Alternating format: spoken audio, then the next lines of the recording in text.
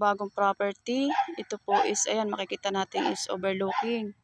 Ayan, ayan. Ito po yung property. Ito makikita natin na malawak na to. Ito yung pinakang frontage. Mag-i-start po dito sa area na to hanggang dun. Sa may white na sasakyan, yung pinakang frontage. Ayan, hanggang dyan. Balin dalawang pwesto po ito ng tubigan, palayan. Kagandahan po dito sa area na to is malapit sa highway and then dikit sa barangay road. Ayan yung makikita nating mga kabahayan. Ayan. Ayan, ayan, ayan. Ayan, ayan. Napakaganda. Ayan. Ang location po nito is Rizal. Ayan. Ayan, napakaganda area. Ayan.